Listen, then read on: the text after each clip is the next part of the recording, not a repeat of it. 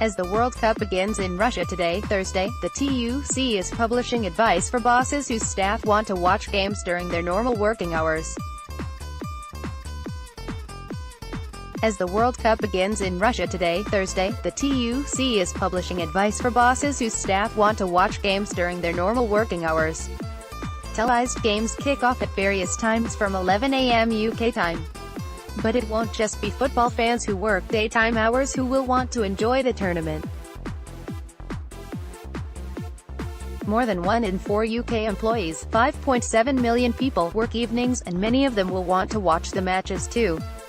Advice: the TUC suggests that bosses talk to their employees in advance about arrangements for key games, arrange for their staff to watch the game on the company's premises, if appropriate, allow staff to work from home, allow staff to work flexibly and to come in early or later to finish their shifts, be as flexible as possible with annual leave requests.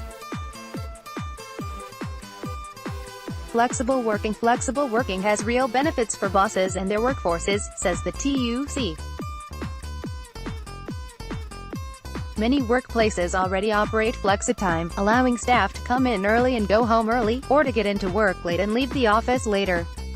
TUC General Secretary, and England and Arsenal supporter, Francis O'Grady said, "The World Cup is a landmark sporting event.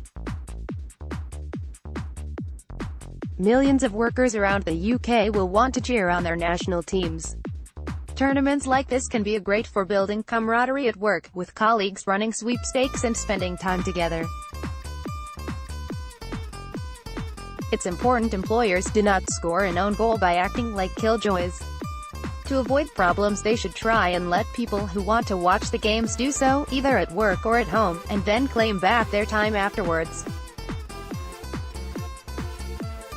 Whether it's major sporting events like the World Cup or watching your kids take part in their school sports day, allowing people more flexibility in how and when they do their work makes them happier and more productive. Come on England, editor's note: flexible working. Common types of flexible working include part-time, working less than the normal hours; flexi-time, choosing when to work with a core period during when you have to work; annualized hours, when your hours are worked out over the year; compressed hours, working your agreed hours over fewer days; staggered hours, different starting, break and finishing times for employees in the same workplace; job sharing, sharing a job designed for one person with someone else; or home working, working from home. The Trades Union Congress, TUC, exists to make the working world a better place for everyone. We bring together more than 5.5 million working people who make up our 49-member unions. We support unions to grow and thrive, and we stand up for everyone who works for a living.